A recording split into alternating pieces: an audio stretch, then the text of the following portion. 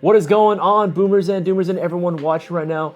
We have a very interesting, very different type of video format that we're going to be talking about. And going over with today. a special guest. Yes, that's right. Special guest indeed. He has not shown himself on camera for many a year. Hi, my name is Kim Jong-un. Okay, all right. And just like that, we've been demonetized, folks. Thank you so much for coming. But yes, no, with us today is going to be a third guest. It's actually going to be someone that's been pulling the strings behind the camera the entire time. This is going to be what we refer to as Bossman. This is going to be, again, the owner of Airsoft GI, Walter Chang. He has been a longtime player and also a member of the Airsoft community. We forget, he's also been a player for a very long time as well. Again, he is indeed our boss, so whatever he says goes. We're going to have to do literally whatever he says, whether we like to or not. But yes, he is going to be joining us today because we actually have some very interesting talking points to be going over today. Something a little different, maybe on the spicier side as well. Oh, it's going to get spicy. It's going to get spicy. I don't know, man, Isaiah. What do you think is going to happen today? It's going to be fairly tame, I think. I mean, the first topic and first talking point I want us to go over that again. Boss man? Boss man, why don't you introduce the topic of discussion? Yeah, why don't you introduce the topic for today? I have it written down. Man, you're gonna put me on the spot right here. I'm gonna put him on the spot, exactly. All right, so what do we hate about the Airsoft community? That's a very big question. Ah, there it is. That's the big one. It is. That's the big one. Isaiah wants to make this video so bad. He begged me for it. Here's the thing. Like, it's not that I've been begging for it. It's just more like one of those things where I feel like, you know, you guys forget sometimes that we also are members of the community as well. We do play as well on our own free time. Obviously, you know, a lot of us are busy with other schedules, but we do go out and play. We are avid players. We are avid players. We are on, you know, our Discord servers as well for Airsoft specific groups. We do go to events as well. I know Boaz and I are very much into the Milsim West scene and Milsim scene in general. We do check out other content creators as well, other influencers. We do see them. We see what goes on behind the scenes as well. So we kind of have that unique perspective. But there are some things that I think he and I both can say that we're not really the biggest fans of the Airsoft community, or at the very least we wish would change in Airsoft. Why don't you go ahead and take the first one, Boaz, since you got the mic there. Oh man. Oh boy. Okay, yeah. Just as a disclaimer, I might get a little impassioned, but just so you guys know, everything I'm about to say, please don't take it personally. They're my personal opinions. We're gonna have fun with this. Yeah, and this is for the betterment of the community. And my opinion, you know, I've been playing Airsoft for over 15 years now. Same with Isaiah. The old boss man here, he's been around for a lot longer. You know, like I bought my very first Airsoft gun, Airsoft GI. You know, so I would say the first topic is like the. How do I put it? Like the overall like stagnation, the overall like unwillingness to change in the Airsoft community or the Airsoft scene as a whole. That's a big one. But I think primarily he's talking about United States. Yes. Yeah. The local community in the United States, because Airsoft in Asia is very different. Oh boy, you know what? I'm just gonna say it. I'm just gonna say it. The Airsoft community in the United States is probably one of the most stagnant, the most stubborn, and probably the least willing to embrace anything new. I think when I went to MOA in Taiwan, my eyes were open. Like, it's crazy. Asia, they moved on past the AEG. Oh yeah. They don't really care about AEGs anymore. They have so much more cooler, newer stuff that everyone's more willing to embrace. And I guarantee you, if that stuff comes to the United States, everyone's gonna be like, oh, this sucks. This doesn't have a version 2 gearbox. This doesn't have this is not team compatible, blah, blah, blah, blah, blah. You know, yeah, this, that, and the other. And then, you know, this get raked over the coals. Like, okay, great. So I guess we're just stuck with just standard M4 AEGs and high kappas, and that's about it. And then the best part is that after that, everyone's like, oh, we only have M4s. How come there's only M4s and high kappa? How come companies are only releasing M4s and high kappas? It's because everyone that's what they want. It's because you guys don't buy anything else. Yeah. I mean, obviously, shout out to everyone that does buy something different or isn't like that. Obviously, we appreciate you. Yeah. And to an extent, I can understand why. In the US, obviously, cultural differences are going to be a thing, right? Well, there are many liberties that we have that maybe other countries don't, right? The fact that, you know, the right to own a firearm is ingrained in our rights as US citizens, right? That's something that's very unique to America. So maybe there is something there that is going to be kind of playing a factor there. But even then, I do feel like, even in the firearms industry, I feel like guys do want other variety, you know? Yeah, no, like for example, right? Like we were very excited to show off the new KLI SR4. Yes. Right? It's it is like lack of a better term, it is game changing. No, it's literally the best. How is it game changing? How is it game changing? He's asking. Okay, it's game changing in the sense that it is the most weather resistant gas blowback rifle that you can possibly get. It is the hardest kicking. Yeah. Right. It is the hardest kicking. It is like extremely realistic. It's probably more realistic than other systems like KWA, which I'm just gonna say it is more realistic than that. And the fact that it takes 2 CO2 cartridges at the same time, like that thing is stellar in cold weather. I mean, we're still continuing to test it. We're still trying to like put it through the ringer. It's coming out the other side smiling. Yeah. So. But by the way, guys, we are going to continue posting content about the SR4, putting it through different scenarios, different conditions. Just stay posted, obviously. But it's something exciting. It's something new.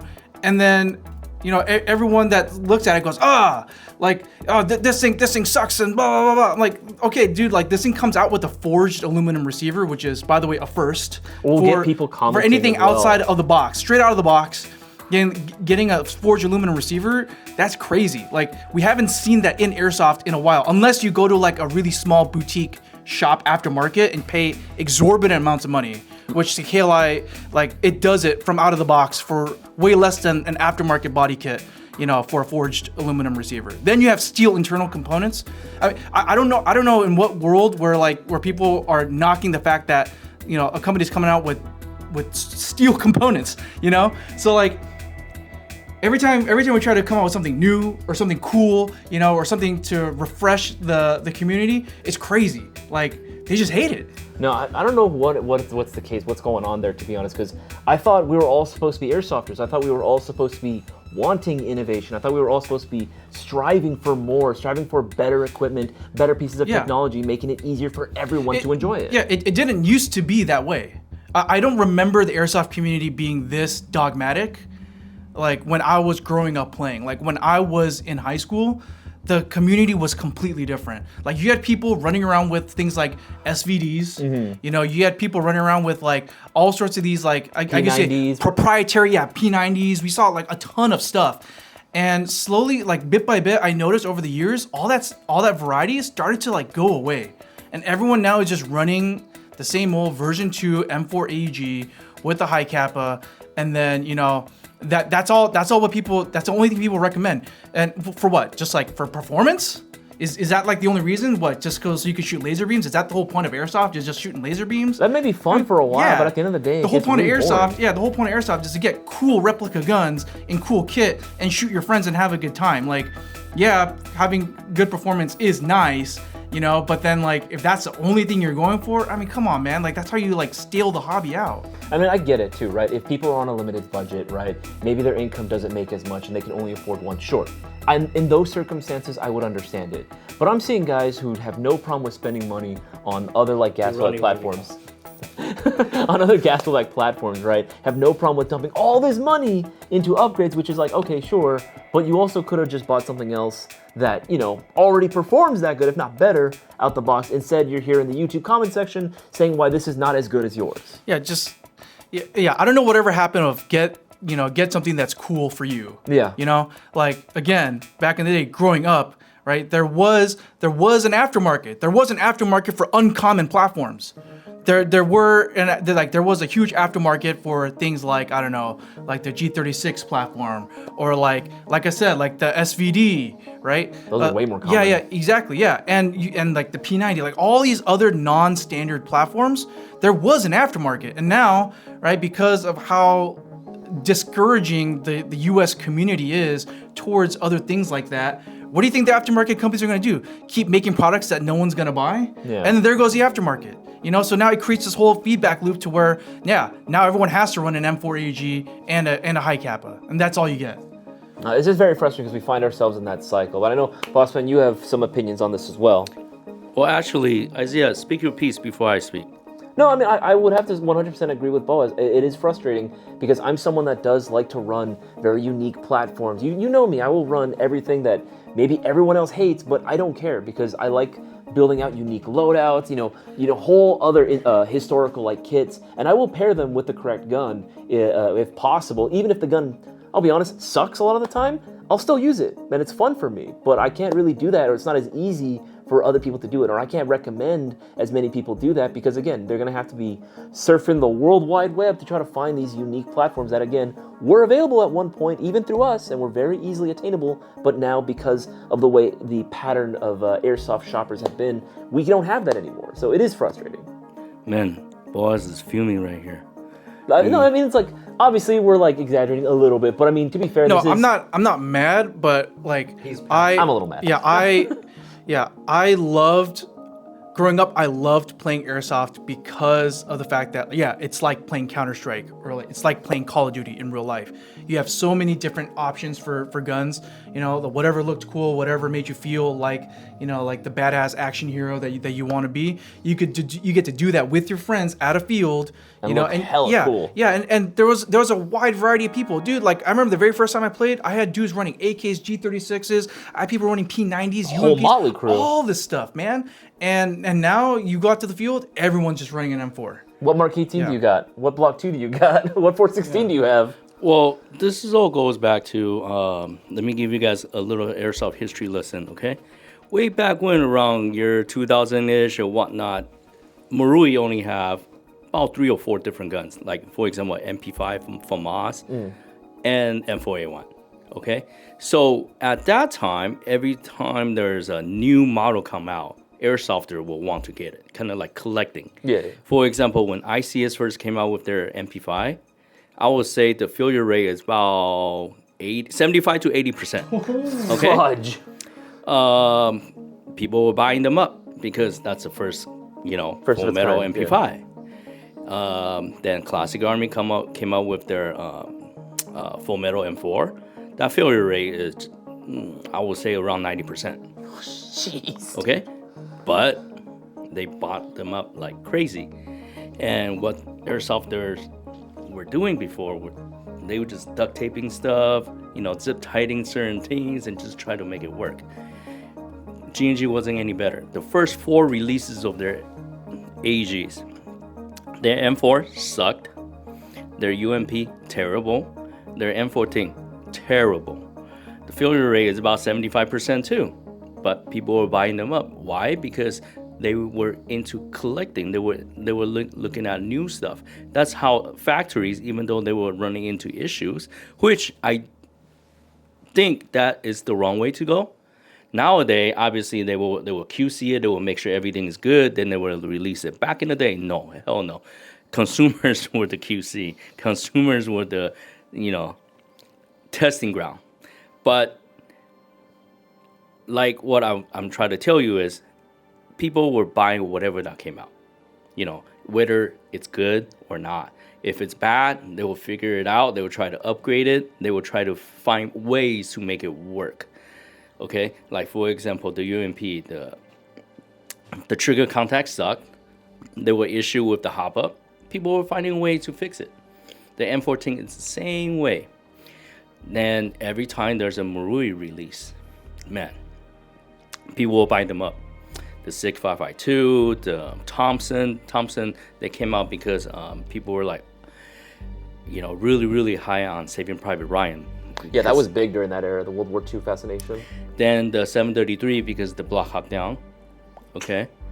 I don't know if you guys know, that's when the movie released, that's when they released the gun. Yeah. 733. The G36C and all that kind of stuff, and P90 and so forth and so on. So I would say the golden age for people that wanted to try things were probably early 2000 to 2010, 2011. Then companies like Umarax, companies like the licensing holders start stagnating the advancement. That's how I see it. Yeah, oh man, SIG 552, man. I know, I was thinking the same thing. Dude, that's such a S tier vibe. beginner gun. So many first time players. Dude, the G36C, rocking. do you remember how many of those were like everywhere? Yeah. It was a staple platform, not anymore. When the G36C came out, you have people try to do the K, try to do the rifle version, try to come up with a different handguard, try to come up with the fixed carrying handle with the sights and all that kind of stuff. Now you don't see any of that. No, it's gone. It's gone. It's dead. I mean, either way you see it. For example, like, you know, let's say, yeah, sure, you know, like the Elite Force, you know, G36 that is out now, that's available now. You know, how many people are actually running that? How many people want something like that? You know, you go online and then you know, you look up, let's say like you like the G, you look, oh, is Elite Force G36 good? You go onto like, you know, online opinion pages and stuff. They're like, oh, it's trash. There's no aftermarket. So yeah, so now we're in this cycle where like something cool comes out, people say don't get it because like it's out of the box, it's not gonna perform like your M4 AEG, and then, you know, aftermarket companies who maybe looking at, oh, this is a new thing that came out, should we release aftermarket parts for it? Then they look at, oh, not many of these have even like sold in the US. I guess we're not going to make aftermarket parts, and so now we're in this like loop. And it's just frustrating because, like, again, we see the stuff that's coming out in Asia. There is so much more variety out there that has existed, but no one is motivated enough to bring it to the States because they know it won't move. And I can't even blame them. It's legal issue. Legal issues are that's why that's a whole other thing. Yeah, that's a whole other. When Umarex first got the license of H&K, at that time, I believe there's Ares G36, there is Star G36, same thing as Ares, Classic Army G36, SRC G36, Golden Eagle G36. Then Golden Eagle G36 have 3 or 4 different OEM brands like Echo One, like whatever's. So if you take a look at that, that's like 7 or 8 different type of G36 outside of Tokyo Marui, okay? How many are there nowadays? Yeah. Answer that. Now there's just one. Yeah, which is what? This is the Ares one, right? Right now, from no, Elite Force? SIMA, I think. SIMA? Okay. SIMA, yeah, yeah, okay. Yeah, so that's TM spec then. It is, Yeah. but Okay. you only have one. Yeah. There's only one. But even then, see, yeah. So. And how many of you watching this actually even own that one? Yeah. That's an even better question. Yeah. So.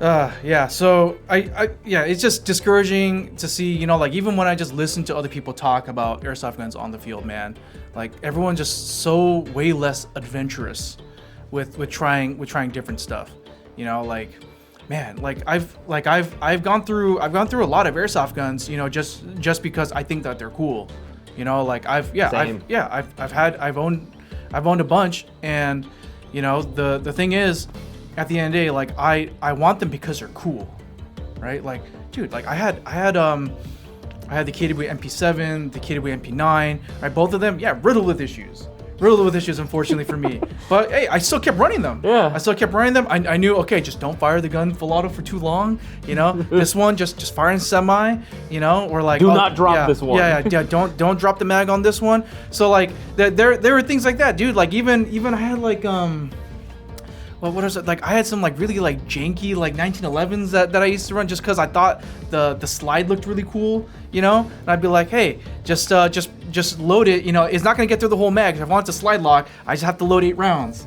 You know, but now, you know, you go online and, you know, you're looking around, oh, like, oh, this gun looks cool, is it any good? And then, you know, you have people online just saying, oh, it's trash, don't even consider it, you know, like you're wrong for getting something like that. How I'm dare like, you want yeah. something different other than just a standard TM51 high kappa? Yeah, It's like, but there is a level of enjoyment that I think a lot of people are missing out on just getting something that speaks to you, that is cool to you, you know. And then, yeah, of course, it might not perform like, I don't know, it's not going to perform as crazy as like a freaking Specno or whatever the hell people are hyped about nowadays. You know, yeah, it might not, but, you know, that's your gun, man. And, you know, you understand how it works, what it's good at doing, what it's not good at doing, you know, and that's what makes the whole hobby experience unique to you.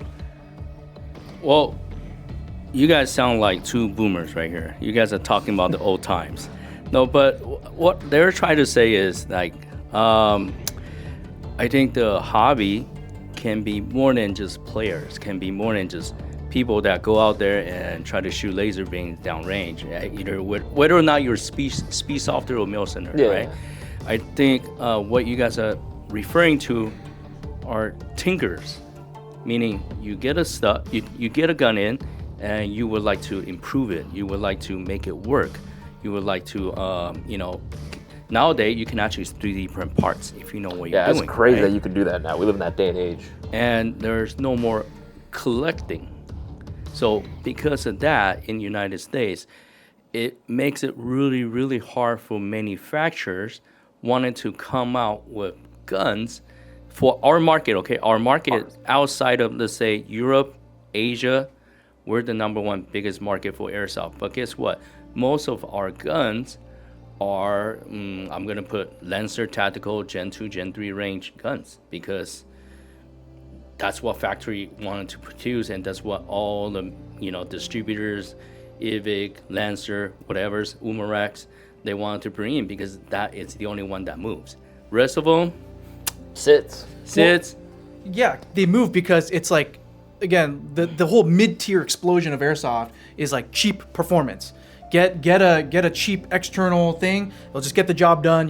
Like for example, like polymer. Shout out to G&G and Lancer Tactical and Classic Army. Coming out with some really banging polymer body guns. Yeah, they're great. They're lightweight, whatever. And then on the inside, that's where you spend the money on. Like the nicer gears, the Type 4 barrel, the rotary hop, the motor. So like, just that cheap performance. Like, don't really care too much about like the novelty factor of the airsoft gun. Okay, standard M4, put some good internals in it. So yeah, that's the reason why like what he said, right? Like that price range between, like, let's say like a Lancer Gen 2 to a Gen 3, or even like the Arcturus, was it the LWT Sword series, right? Yeah. Like the polymer body, like nicer internal style guns. That's the reason why they move. People just care about performance. That's all they care about in America. Those guns do not move in Europe and Asia. They don't. Exactly. Yeah, because Europe and Asia, they want something that's cool, that's unique, that gives them an experience. And I think the American airsoft community, we completely lost sight of that entirely. For example, I guess kudos to, let's say, Arcturus for coming out with like all the innovations to the AK AEG. Yes. I think that's really great. I think there's definitely an AK renaissance that's happening right in the U.S. Oh no, 100%. Yeah, absolutely amazing. But one thing I will say, I'm calling this right now. When Arcturus comes out, if they ever bring to the market the gas blowback AK that they're releasing in Asia, if that comes to the U.S., I will guarantee you everyone's gonna hate it. Everyone's going to hate it because it's not going to be like WE spec, or it's not going to be GHK spec. If VFC, they make AKs, or VFC spec. Yeah, if it's not like any one of those hegemonies, everyone's just going to hate it, and they're just going to discount it because it's proprietary. I will guarantee you that. Yeah, no, it's very frustrating when that happens, when something doesn't just immediately conform to one of those platforms. It's okay, guys. It is okay to be different in airsoft if you are offering more. Obviously, when it's it's not a good system, right? Then yeah, obviously that's it's not a good system. There you go. The market will 100% just filter it out on its own naturally. But if it's it's a great platform, it performs amazingly, it has so much potential, right? Then yeah, like why would you want to snub that from the market? So, going back to what we're discussing here, right? About the unwillingness to change. It doesn't really take much. And it doesn't really take a whole lot of money for you to try to change something. I'll give you guys a point of right now, okay? There's so many cheap AKs. Yes. Okay. A lot. That's another platform you can run. And by the way, when you run that platform, you can change your loadout. Exactly. No, 100%. It's super easy to do so. Then you know what's another cheaper alternative right now? AUG. Sniper rifles. Oh, well, yeah, that too. Okay. AUG. So forth and so on. So if you start having that kind of mentality, you start having that kind of insight, like, okay, you know what? I have an AR. I have this M4 look, right now. Yeah. To Gen 4, all those new spec arms or whatever, they're throwing a whole bunch of stuff in there. But guess what? They're still the same AR platform. The whole repetition part is all the same. You already got used to that. But how about let's switch it up to AK? Isn't it expensive? There's so many cheaper AKs. But then you can be like, hey, you're still talking about cheap stuff. Sure, that's just kind of like an entry drug. Once you get into it, you can slowly like, okay, maybe I want a Taurus AK later. Maybe I want something else AK later, right? Oh, even then, like with AKs, a lot of the internal parts for version 2 are compatible with version 3 too. Yeah. Obviously not everything, but like there is still a little bit of cross compatibility there. So AKs are like, I would say like the next step breaking out of like the AR monotony. Yeah, absolutely, 100%. I agree. Yeah, but that's the same thing that I've been preaching for years on the YouTube channel, is change the way you play. Yeah. Playing the same way over and over again is boring. It prevents you from enjoying the hobby in a long-term way. So yeah, if all you have are M4s, yeah, try an AK. There's a lot of great AKs out there, a lot of affordable AKs, or even some of the nicer ones like from Arcturus. Hell, even the ENL AKs, the Essentials, ludicrously cheap for the quality that you get. Yeah. Ludicrously cheap. Honestly, I'm convinced at this point, maybe like, and again, I'm not, don't take this personally, but I do feel like specifically I see this a lot. This form of like almost elitism that we sort of get, but depending on what platform you run, specifically from the gas blowback community. I know you're very big into that. I don't know if it's called elitism. It's more there's like it's very factional. Yeah. It's like 4 or 5 like rival religions at war with each other online. What is this, Warhammer? Yeah, kind of. Yeah. It's like a feudal, like theocratic, like I don't know how to describe it, but it's very factional. But even things like outside of the TM standard, let's say, right? Like let's say like G&G with like their high kappas and their GTP9s and their what else like. Even the gas public M4s that they realize it's crazy, dude. People hate that stuff, and I'm like, can't you guys give them credit for trying to like innovate past the old TM, spec? But it's crazy. It blows my mind. And I think the stagnant goes into playing too. Yeah. Playing style.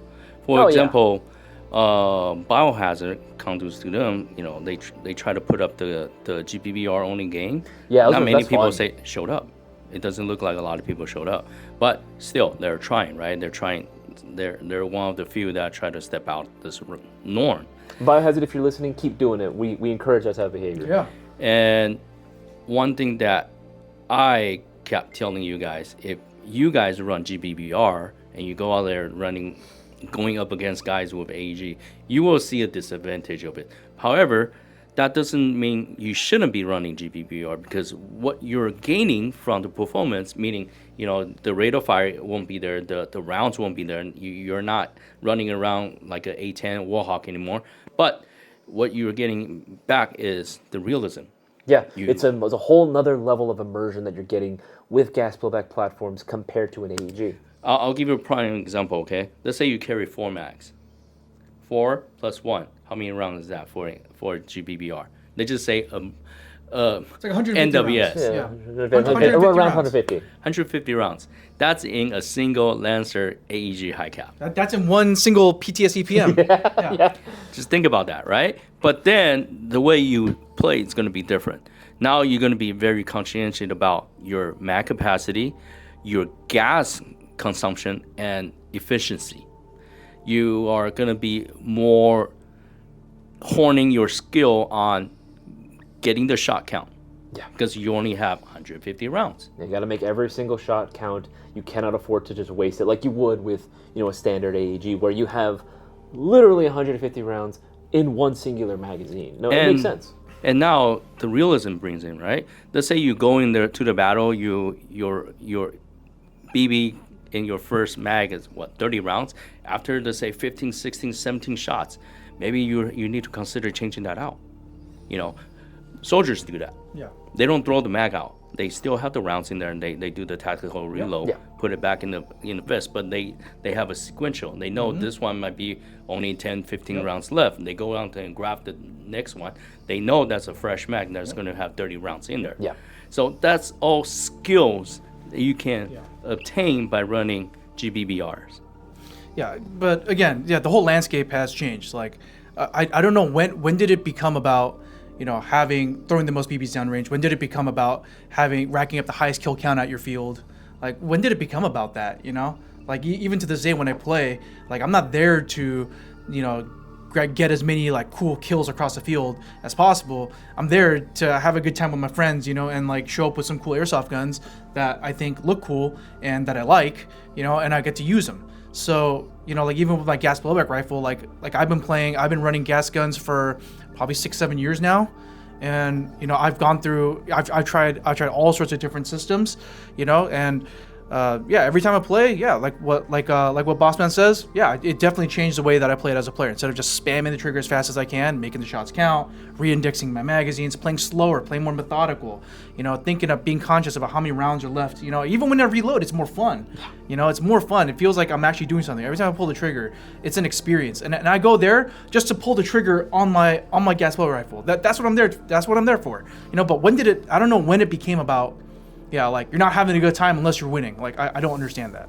Yeah, like I've got. This is gonna sound so bad. I'm so used to losing. Like I don't even care. Like what my KD really is at the end of the day. Obviously, yeah, we'll have some days where it's like, yeah, I kind of want to just outperform what I normally can do, and I kind of take it as a personal challenge sometimes. But even then, I know that's not the case for every single person that's there. I know a lot of times, even when I show up, I'm more of a liability more than anything else when I show up with a gun that's like, hey, this selector may or may not be, having some problems right now at the moment. Because again, I'm running something so unique and so obscure, other that no one else has ever seen before. But hey, that's part of the vibe, man. Yeah, dude. Or like, oh, my gas below M4 is down. There's an issue. It's spewing gas everywhere. Time to switch to the pistol, baby. Exactly. Whew. Exactly. Yeah, what a vibe. Yeah, but what would be the next thing that you have critical about the airsoft community? I mean, this was pretty like I've talked about this one before in a form of gatekeeping, and I feel like oddly enough, I feel like a lot of guys like to use what gun you're using specifically, like what brand. It's almost like that same thing that you were talking about, where it's very tribal.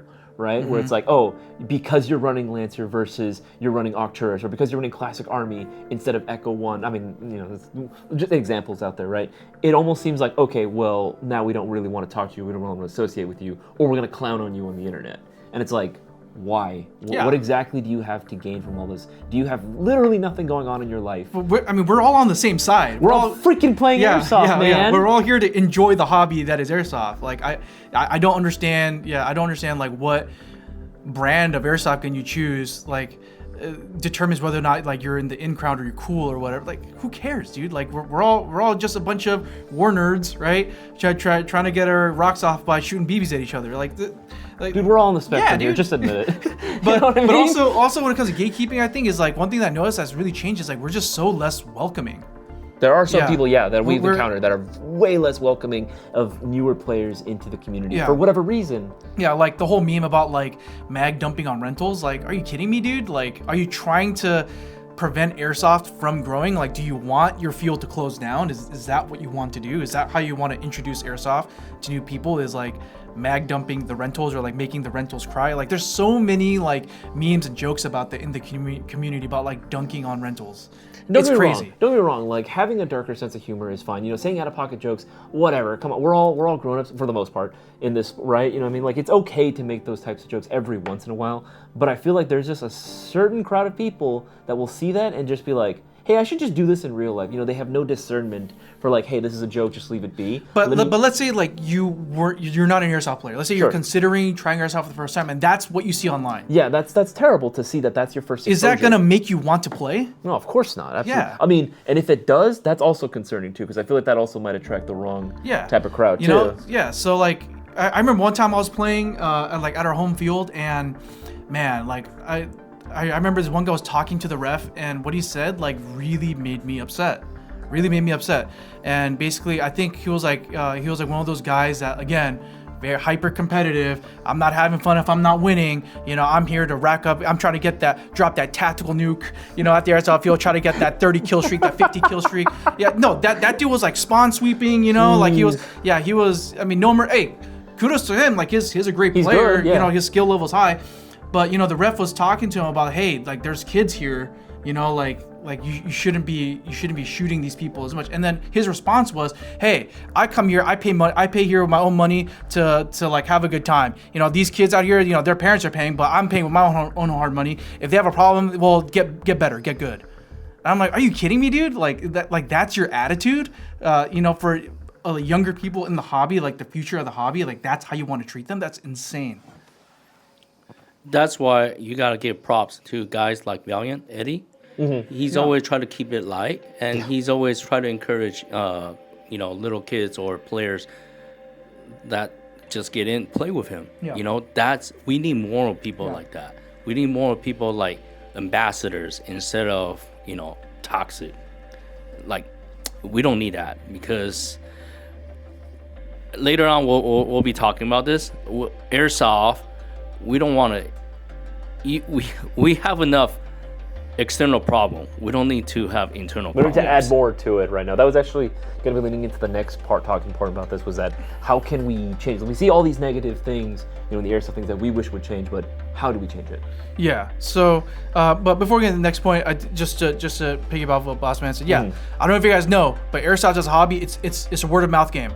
Airsoft came to the U.S. all word of mouth, and especially now we're back to like highly regulated, social media and stuff. Yeah, like we can't. There's no way to combat Yeah, that. like for example, like let's say like if you want to get into like RC cars, right? Yeah, you could advertise RC cars. Oh, hell yeah. Yeah. Easy. You could you could recruit other people into that way, but Airsoft, man, it's all word of mouth.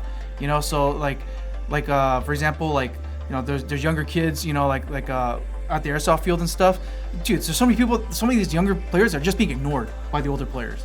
Like no one's going up to them being like, hey, You guys having a good time? yeah, you having a good time? Or hey, I like your airsoft gun. Like, hey, I had that one before. Or like, hey, I like this or I like that. Just even asking them, hey, Yeah. how you guys doing today? Like, you guys having a great time? This feels your first time at this field. If you're a regular, I always thought that's something cool you can do. Yeah, I think we should switch 2 and 3 around. That will make much more sense. Yeah. If you guys don't know, we have just breaking the immersion a little bit. We have a little bit of piece of paper that Yeah, kind of yeah. keeps us on track a little Yeah, bit. So we have 2 and 3. But yeah, we're gonna restructure this a little bit. So, but yeah. so back to what I'm gonna follow up with what Boaz is saying. We really need. You guys probably saying like, hey, where's Cisco? Where's all this old time Kevin? Kev is doing his own business. Good for him. Cisco, he is part-time, but he's rarely available now because he also has his personal commitments outside of hobby airsoft. So that doesn't mean Airsoft GI's community is dead. We're still here. We're still trying to push what is right. I think this year is the first time we have done so many non-gun review videos. Yeah.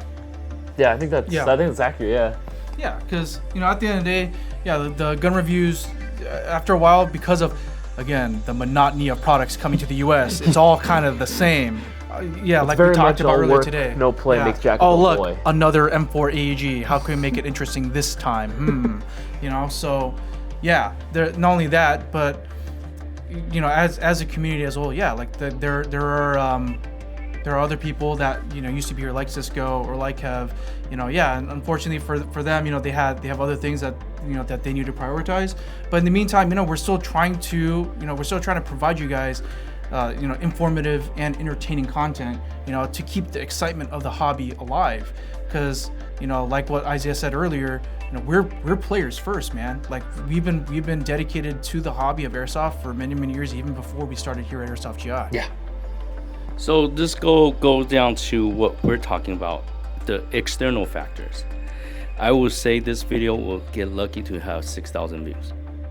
If honestly, that's fine. But that's but that's like the I kind of expected that. the apocalypse. Yeah, like we are in a sea of yellow icons.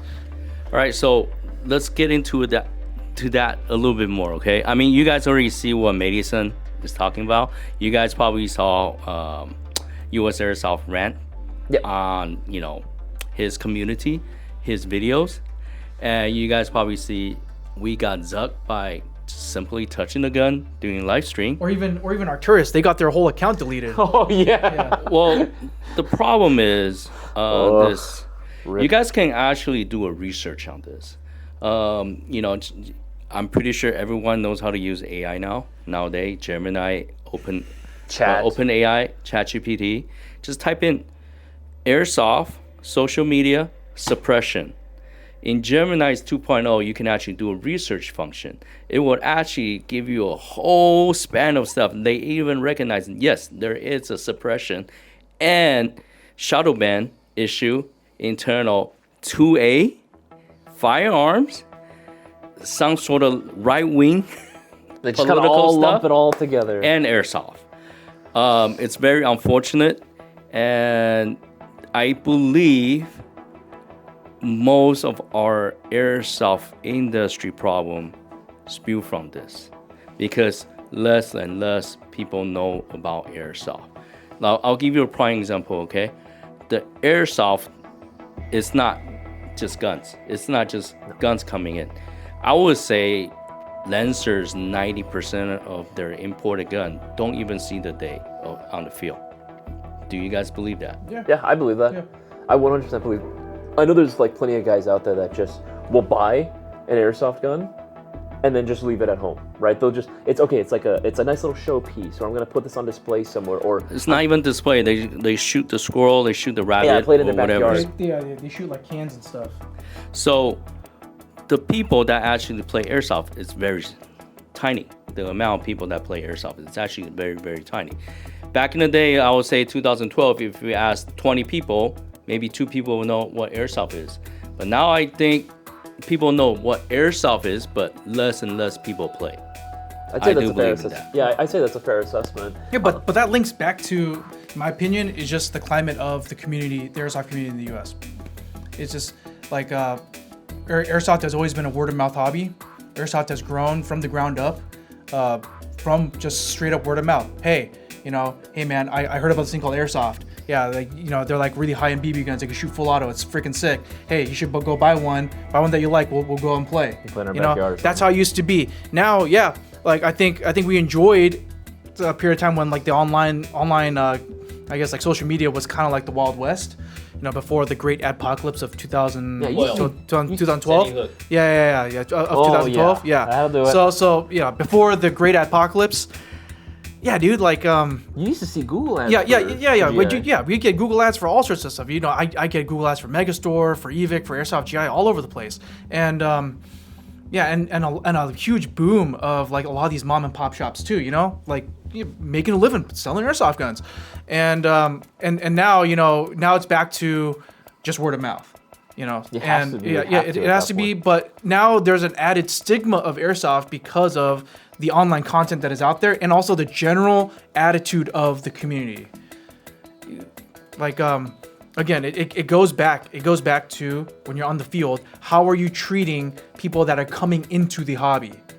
If I'm all geared up in like all my Gucci kit, it might be intimidating.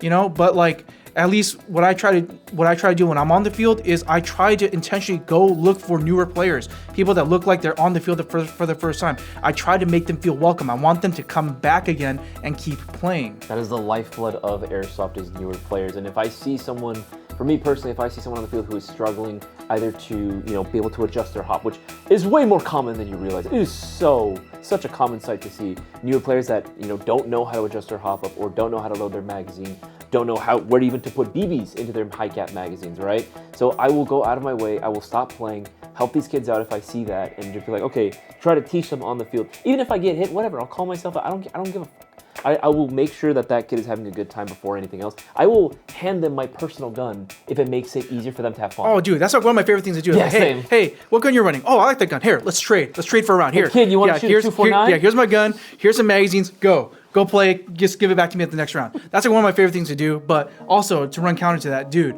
Not to name any names, but I remember at one point there was a very famous airsoft influencer, YouTuber that came out to play. Yes. Yeah, out of field, dude. That guy. Like I was, what made me really upset was he did not talk to anybody. He was there just with his little clique of buddies.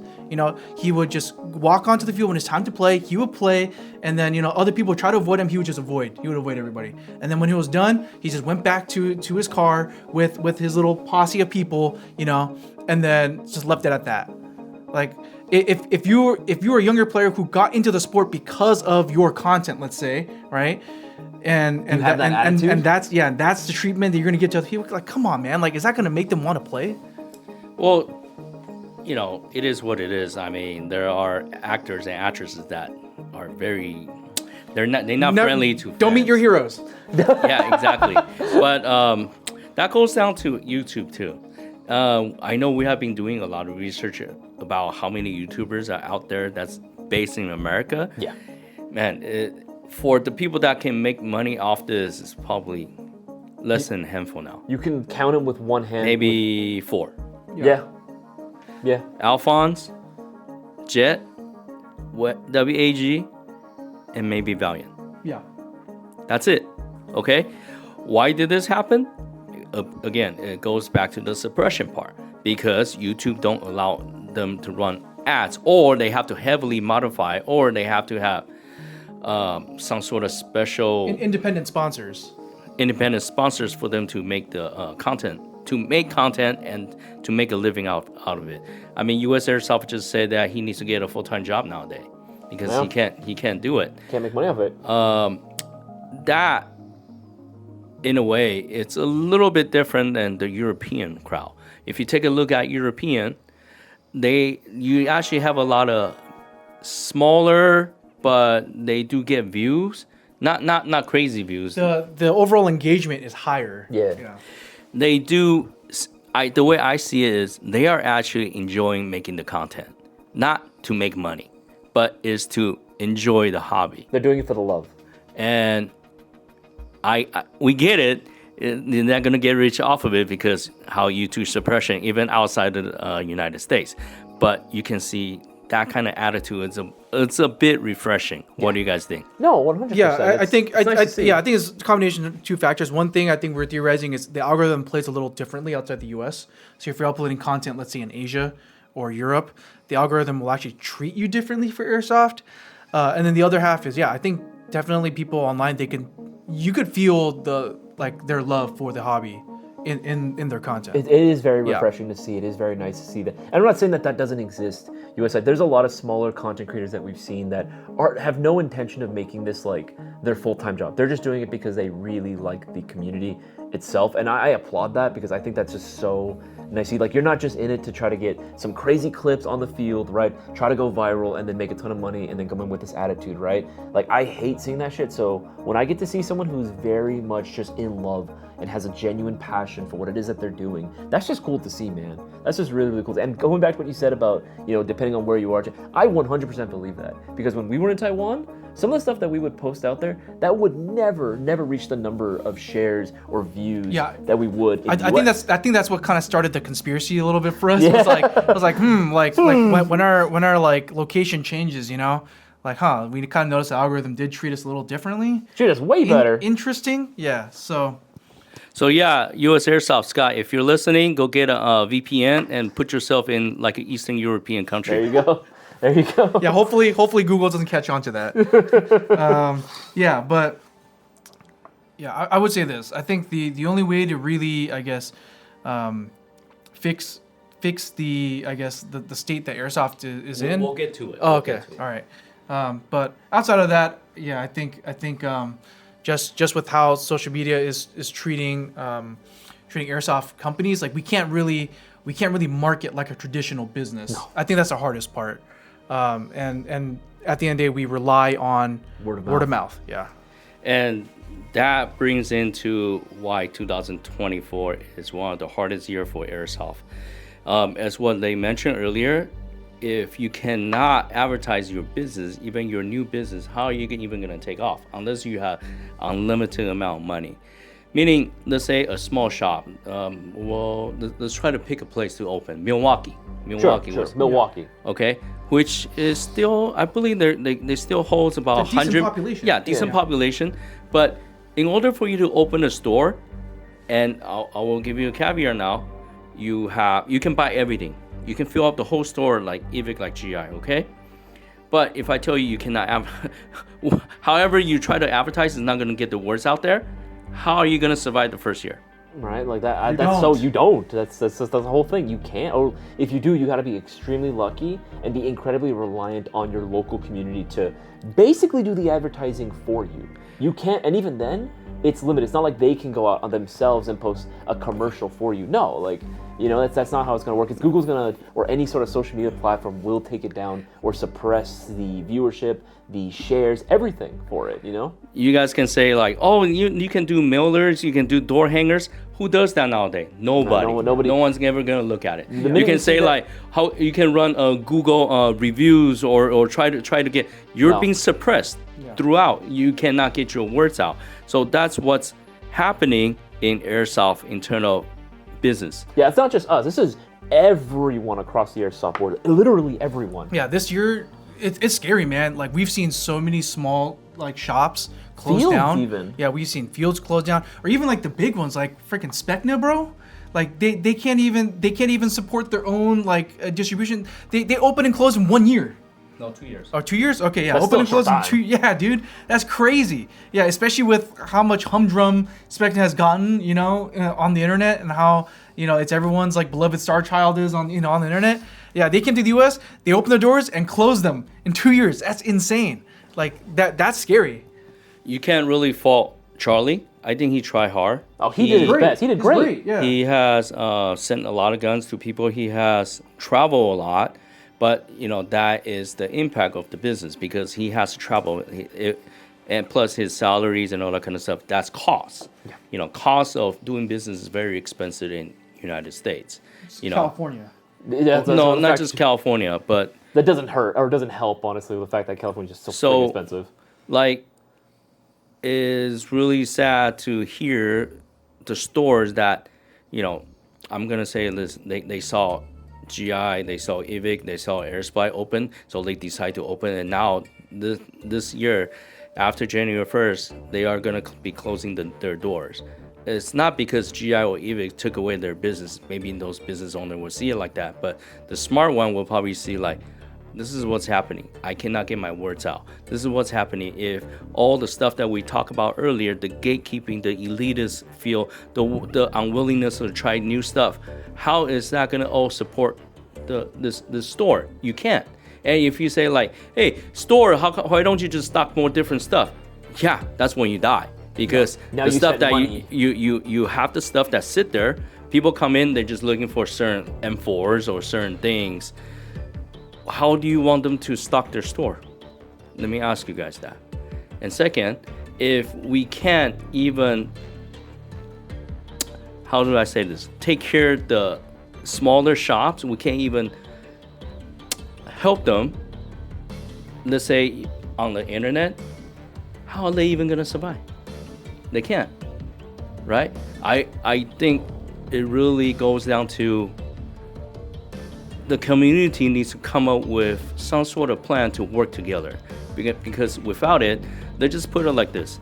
I'm pretty sure, the factions on both sides, let's say EVIC or Lancer or Umarex, if one of them die, if one of them just disappear from the U.S. market, I would say within half a year, Airsoft will become fidget toys. Gone. Because factories cannot handle it. If 30% of production gone, there is no way for them to do R&D. There's no way for them to keep the door open. How is Airsoft going to survive?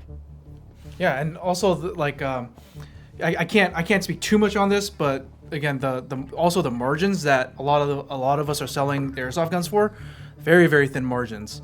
So because at the end of the day, we want to keep pricing competitive. You want to keep the bar to entry as low as possible. That's before any sort of discounts or sales that we have going on, especially during holiday seasons and stuff. Dude, there's certain stuff that we discount, like technically we're not supposed to, but there's stuff that we straight up lose money on just so that way we could keep the spirit of the hobby alive. But yeah, the supply chain, I guess you would say, of Airsoft is a very delicate. It's gotten a lot more delicate. It's a butterfly effect. Yeah. And so if one domino is gonna fall, it's gonna be a cascading effect, and it's already scary because the first ones that are gonna go are going to be the mom and pop shops, unfortunately, and it's already happening. We've already seen it happen before, and it's really sad because those were whole people's livelihoods that just completely just vanished. And this is what we have physical store, we have online too, right? Yeah. But I say if you can shop local, try to keep those doors open. If not, that little regional Airsoft pocket is gonna fall. And once that fall, not a lot of people care about it. The next pocket's gonna fall. The next pocket's gonna fall. Be like, hey, yeah, I can just buy stuff on Amazon. But guess what? All you guys see on Amazon is gonna be your Lancer Gen 2 and Gen 3. Then guess what's gonna happen? Factories are only gonna make Lancer Gen 2 and Gen 3. And then how come there is no new stuff for United States? That's because we cannot support it. For example, let's say, the 2025, people are thinking all the NWS clones gonna come out. How many shops are actually gonna carry NWS clone in United States? How many people are actually gonna buy NWS on Amazon? None. No one's gonna buy that. Okay, so do you really think guys will continue bring a bulk ton of the the GBBR into that state? Then people's gonna go on the Discord, people are gonna go on forums or GI's thing or complain to whoever. Like, how come you guys don't carry new stuff? Yeah, we want to, but let's say if we bring it in, we don't sell it, then what? Oh yeah, it's just Walter. Walter's gonna eat his ass or discount it. Yeah. It's true. Then I can't give raise to him. I cannot give raise to him. That's butterfly effect. And same thing. I'm gonna tell you guys this. Let's say if we have a chance to bring like Mariyama in, the price, if you take a look at it, it's almost equal to, let's say, if you buy Asia and have a ship over here. Then you don't have to worry about guess what? Customs, yeah. And shipping is already covered. Free shipping isn't cheap. No. UPS is making expensive. All the money. We have to see. We have to have people pack. We have to have people. We have to buy the boxes. Then UPS, they charge us arms and legs. UPS has gone up. Every single year they go up 6% on January 3rd. Okay, just so you guys know, business is not easy. People think like, oh yeah, you guys selling the gun at $500. Maybe you're making half of it. No. The standard margins are everybody thin, knows thin, that thin, thin. Because whatever margin they just say, we give you this is not a complaint about the industry from the mom and pops, right? If you take a look at the standard margin, it's about 30%. So a 30% item, once it gets to ship to East Coast or whatever, if they don't have free ships, they get to keep that, right? But if they cannot sell it within certain times, they have to get their money to pay rent, to pay employees and all that kind of stuff. Guess what? They have to discount it. Once you do a 10% discount, that's eaten to almost 20% of your margin. Okay, it's not you just discount 10%, you still have 20%. Math don't work like that, guys. So if we want to see new products, we want to see new cool stuff coming into the hobby, to the airsoft, you have to commit to help this cycle, help this whole ecosystem. It can't be just like, okay, let's just do everything Amazon. Yeah, sure. Then all the United States guns will be polymer, $180 battery and charger, and all the shops are gone. And you're gonna have 3 fields: D14, baller hack, and maybe somewhere along the side. Then you have the indoor fields, that survives selling HPA stuff. But can the words go out? No. Once that crowd die and the next crowd coming in, they'd be like, oh my God, Speedsoft is so hard, or Speedsoft is so intense. I die within, I don't know, 5 seconds, and I have to pay $50 for this. I'm not gonna try to play this. This is the same thing as, do you know, golf, they had a boom during the pandemic. Okay? Yeah, it's like one of the now there's a sharp decline. That's why Top Golf is somewhat in trouble, because they enjoy their very, very high revenue growth and all that kind of stuff. Last year is actually the first year is down. Okay, but guess what? They have the highest turnarounds because golf is hard. Just like airsoft is.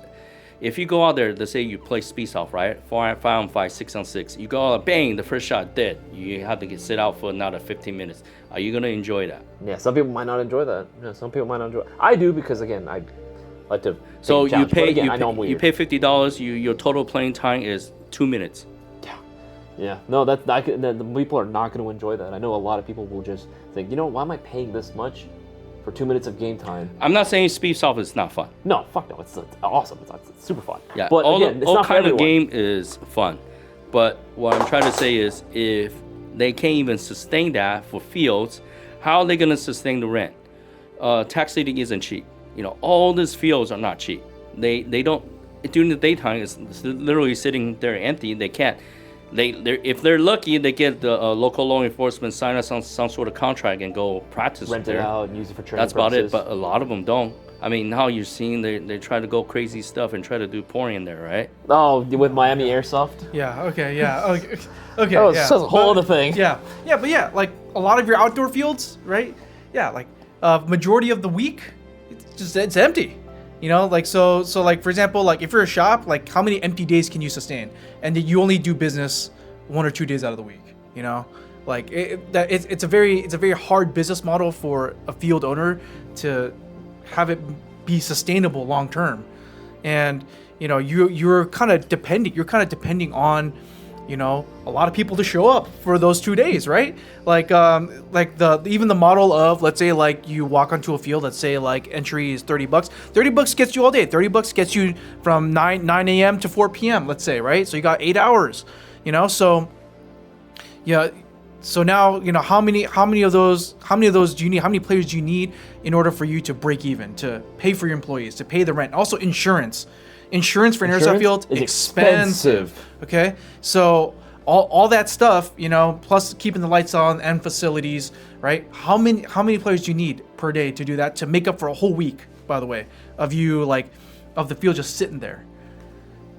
Not everyone is successful as, let's say, ball hack. I mean, that is a successful story. Oh, finally. But we actually need, for United States Airsoft to sustain itself, we actually need 5 to 6 or even 7 ball hacks.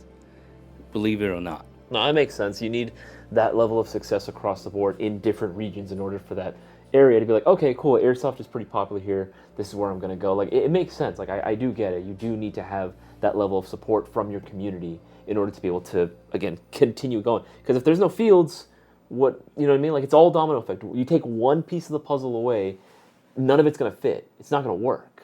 That's why it's so important for all these small, even us, we're encouraged, even though we ourselves are a retailer, we still encourage people to go out and support their local businesses at the end of the day, because, hey, for some person or some town or some community that's out, that doesn't have much options in terms of like airsoft shops or airsoft fields, that's their only place. Yeah, because a rising tide raises all ships.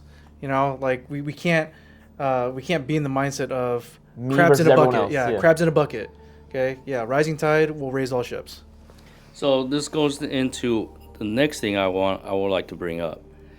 The small shops that are dying, I'll tell you, this is the truth from them. They used to say for their internet business, they used to do a few $1,000s a day. That's not bad for a small website. Yeah, they get to ship the stuff so they can replenish their goods and people can see the new stuff, right? This year I'm not gonna name names, by the way, but this, if there's shops owner watching, you probably what we're talking about. You're not what you're talking about. He's wrong by saying that. You're not the only one that's facing the same issue. The shop owners were telling me they were down to, there were days at 0, and the better days are like a few thousand, but that's very far in a few. Normally it's like $300 to $200, and I can sense the frustration from him, and I can sense the helplessness, and it's not good. And this is something like, it's not this person's problem. I think it's a whole airsoft society, it's airsoft industry, airsoft as a circle problem. Like I said, if all the mom and pop die down, that's one domino falling for this butterfly effect. Yeah, it's not just that one shop owner that he was talking to. The same story for multiple, mom and pop shops. Owners, multiple shop owners. Yeah, and yeah, it's very sad. But transitioning, what can we do?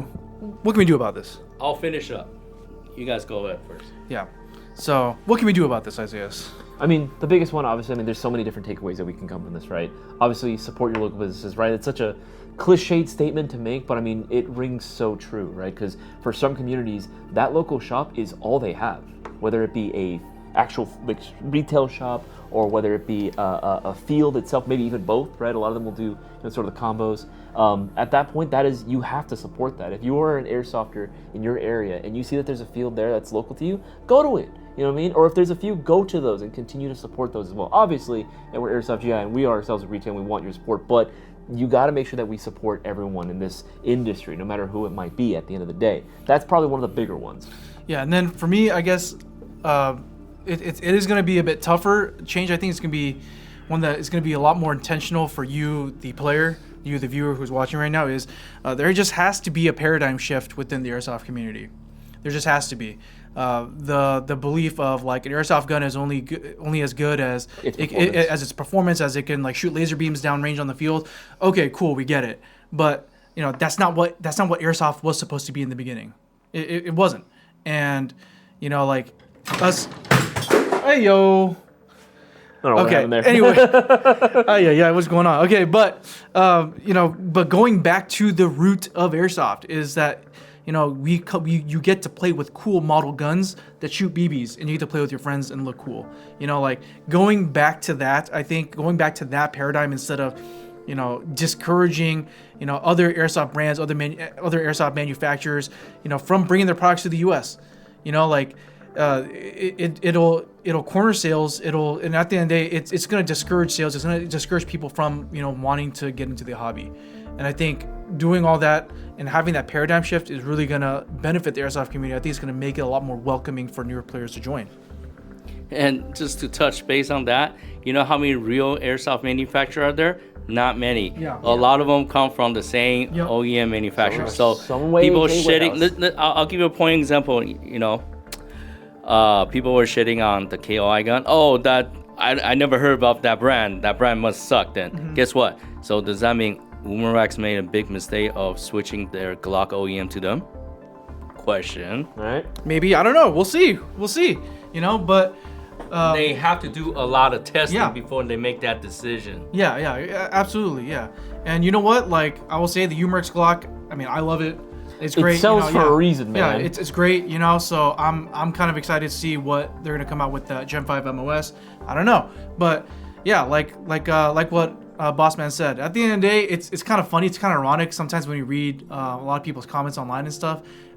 Loving one product and like trashing the other, we're like, they don't know this, but they actually come from the same. They come from the same place, It's robbing Peter to pay Paul, type of deal. So, Yeah, I don't know if you guys know this. Novich, Specnaut, Lancer, some of the Matrix or Colt or DNA Defense, guess what? They're from the same dad and mom. And they're from the same Chinese hands that make them. It's the same person. yeah. And then everyone quotes with, the QC is different. No, it's the same insane. assembly line. The same, we've been there, dude. we've seen them get made. It's the same QC. Yeah, but obviously, public perception sways one way or the other. But at the end of the day, I think the paradigm just for the American market or the American community just needs to change. Watching people in Asia play airsoft and with their airsoft guns in Taiwan is completely different to how people in America play and how they view airsoft guns. And I think that if we go back to the roots of airsoft and we understand why is it that we like to play airsoft in the first place and focus on that, I think the community as a whole would improve, and I think airsoft will become a lot more diverse when it comes to the kind of guns that are out there, diverse in all the different kind of player bases. And I think overall, as a business, as industry, it's going to help everybody. So what he's saying is we have to build a community the right way. Yeah. So this is, I'm gonna touch base on this, and hopefully you guys understand. For Airsoft GI, we went through Tim, Bob the Axeman, then Hymus and Mike, John, and then Cisco, and then now Isaiah and Boaz. But that doesn't mean we're different. They're still treating the community the same, and they're trying their darnest to try to help everybody, to try to help you guys, guiding you guys' airsoft hobby, however way they can give you guys the information. I do believe that they have a lot of good information you can give it to the whole airsoft society, whole airsoft industry, and that's why I hope you guys I just want you guys to give them a chance to understand. Hey, they're not Cisco, they're not Kev, they're not Tim, but they have the same amount of knowledge. Maybe the delivery method is different. Like for example, can we play airsoft with real guns? That's supposed to be a joke, Yeah. but for some reason, a lot of people take it very seriously. So that's the joking side. I mean, Cisco was a big time joker too. You guys know that. Tim is always the stoic, serious guy. Bob is the joker. But they all, they were all passionate. You guys can ask, like, what happened to Tim? Dude, he moved on. He's not even in the gun industry anymore. I don't know Bob, what he does. he is in Arizona taking care of his family and all that kind of stuff. Good for them.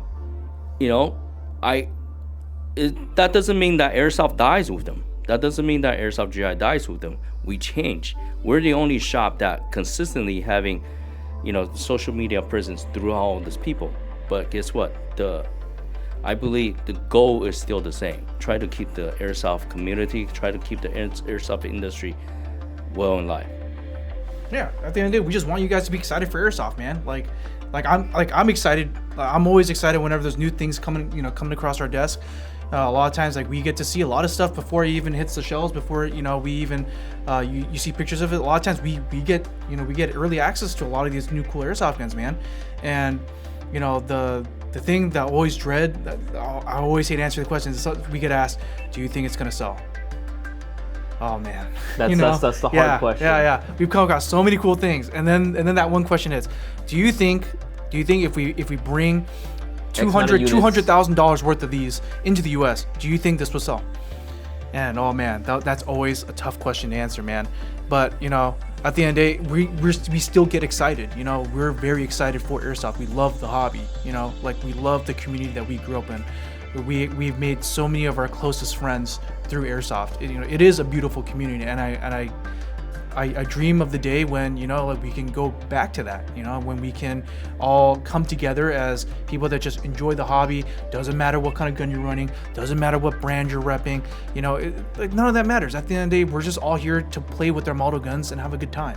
Yeah, and in regards to using the changing of the hosts that we use for a lot of our videos and our social media content, at the end of the day, Airsoft was a thing before I started, playing right when I was a kid. There have been many hosts before me and before Boaz and I, and the goal is for us, even well past our time when we're decide eventually to move on to something different, that GI is still going to be around, and that they will continue to do what GI has always done, and that is to give informative entertainment to every Airsofter out there, making it very easy and also fun for everyone to get into the hobby. Because my goal has always been to make sure that Airsoft is something that is accessible. Airsoft is something that is going to be exciting and fun for anyone, and that this is going to be a lifetime hobby that you don't want to leave. Yeah, I grew up, I was a kid watching Airsoft GI's YouTube channel, man. I grew up watching Bob and Tim. If I went back in time and I told my younger self, hey, you're going to be the host, you're going to be the one making the videos for Airsoft GI, I would have lost my mind, man. Same. And those guys got me excited for Airsoft, and that's what we want to do at the end of the day. We want to get you guys excited for Airsoft. And it's not, Cisco is gone. I mean, Cisco has guns at home now, and he's going to be doing in-home entertainment for all of you guys. So he's not gone. He's still he's not dead. For everyone that keeps asking me if he's dead, he's not dead. He's just, again, different schedule. That's literally all it is. But expect some more content. He has, again, like we explained before, he has a lot of things going on in his personal life, stuff that obviously we can't go into detail about. But yeah, he does still want to be involved. He still wants to be a part of the community. He still very much wants to. We're trying to look for ways so that way we can make that happen. Yeah. So now we have Isaiah you can say it. The green-haired liberal. There you go. That's a liberal. I didn't. Where? I hate liberal. No, I was gonna say wasabi mayo or something like that, but wasabi mayo, nice. And then now we have the Korean kimchi mayo. Yeah. I mean, that does not change a thing. They still love the community. They still want to share the wealth of the knowledge. And what we need to do, what we wanted to do, is to have this Airsoft industry, Airsoft community, Airsoft hobby continue to grow in the United States. And again, you guys may be like, oh, they're just talking about United States. Guess what? It's happening all over the world, okay? You're gonna be suppressed, whether or not it's from the government or the social media. And this is where, we're still talking about the solutions here. One of the solutions against suppression is, guess what? Let your local congressman, let your local senator know about this. Write something to them. Write something about how social media, how the media are suppressing 2A content for United States and Airsoft shooting, sports, whatever contents. It's happening. Look at Grant Dom. He has changed certain things that he does on Instagram. It's happening to Scott. And like I said, Scott, try to get a VPN and upload your content somewhere else. See what happens. But we shouldn't even be at this stage. I believe that everybody asks what is the solution? I'm offering right now. Yeah. give your local politician some sort of knowledge about this, because First Amendment is not free, dude. We have to earn it. We have to express our expressions, or you're gonna lose this. You're gonna be controlled by a bunch of, maybe eventually the AI that We're going to be controlled by the reptilian overlords and Mike Zuckerberg. To an extent, honestly, No, it's true. It is true. It is true. I don't know how much you want to like go into that specifically, but like, yeah, no, it is true. That suppression is 100% real, and it's been a problem for a long time, and it's been growing and growing and growing and growing. And for everyone that's out there thinking, oh, just wait it out, right? I'll ride the wave, right? It'll stop eventually. No, not at all. If you're hoping that that's the case, and you're just gonna sit there, and eventually the problem will just go away with your eyes closed and everything. No. You actually do have to do something and take action at this point. So it's unfortunate. Why you guys will be like, oh man, I'm gonna cancel Airsoft GI because they're talking about politics. No, this has nothing to do with politics. It's not a political issue, man. If you're right, it's political, then so be it. Okay, this is about your rights. This is about how you're gonna get information. You can say like, oh yeah, I don't use Google, I don't use YouTube, I don't use whatever's, but majority of Americans, that's how they get information. And if you can only get certain sides of information, do you think that's the whole truth? So please try your best. Let a lot of people know about this. Let your teacher know about this. Let your friends who's passionate into, let's say, social movement, whatnot. Is it right for the media only hold certain voices and they're able to suppress another voices? I'm pretty sure you guys already know, like, I'm a gun owner. I support 2A. 2A is not just about owning guns. 2A is that the government is truly yours, because you have ways to eliminate this government if this government becomes tyrannical. Okay? This is not just about hunting. It's not just about your Glock. Okay? That's your right. That's your given right, constitutional right. Unless I don't know how we can do a referendum to change that, but at this moment, we're not doing that. That's the Constitution. I think the media should not suppress it. It's not right. Yeah, there's actually a lot of talks about social media, especially things like the Google and the Meta, the metaverse, I guess you would say. There's actually a lot of talks in Congress about is it a private, is it just like a private platform that you just have the privilege of being on, you have to play by the rules, or is it at a point to where it's so integrated into society, is it now considered a public platform?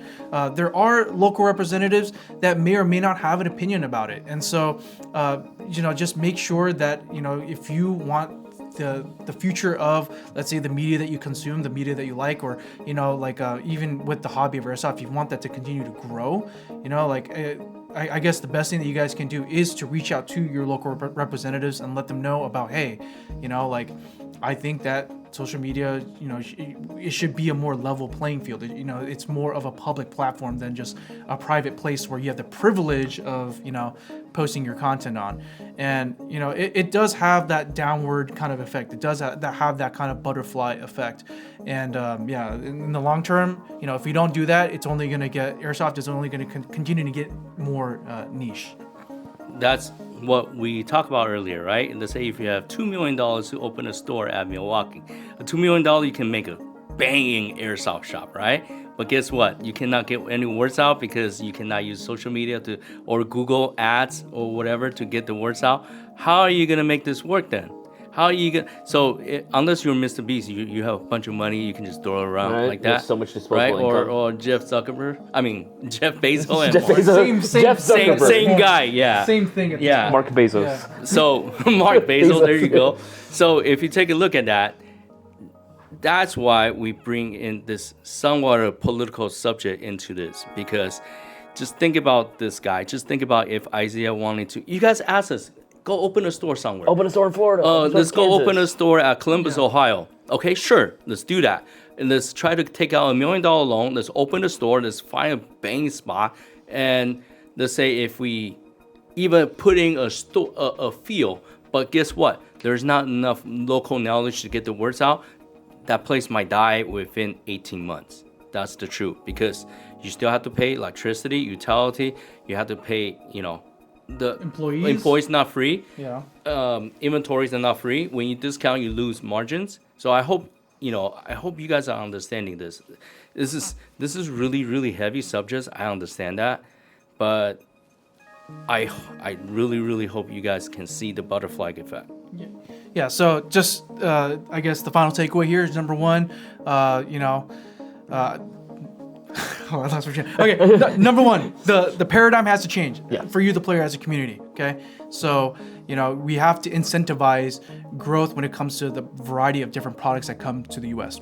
Okay, so instead of just thinking about airsoft guns are only good if they are They can really shoot great over 30 performance out of the FPS. box or whatever, no. Okay, so like changing that paradigm into instead of going that way to enjoy yourself is, hey, I'm with my buddies, I'm dressed up cool, I got the cool gun that I like, that I was looking at for a long time, and I'm having fun with my friends.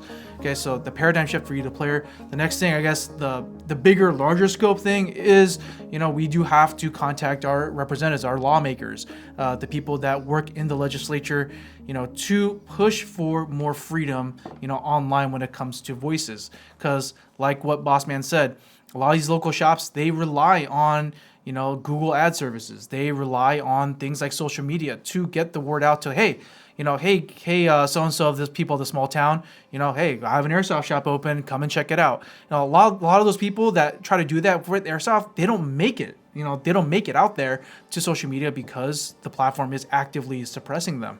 And so having the ability to use your voice as the people, as the American people, to push for legislation to, free up that kind of space online, it will help in the long run. And then, do you have any final points?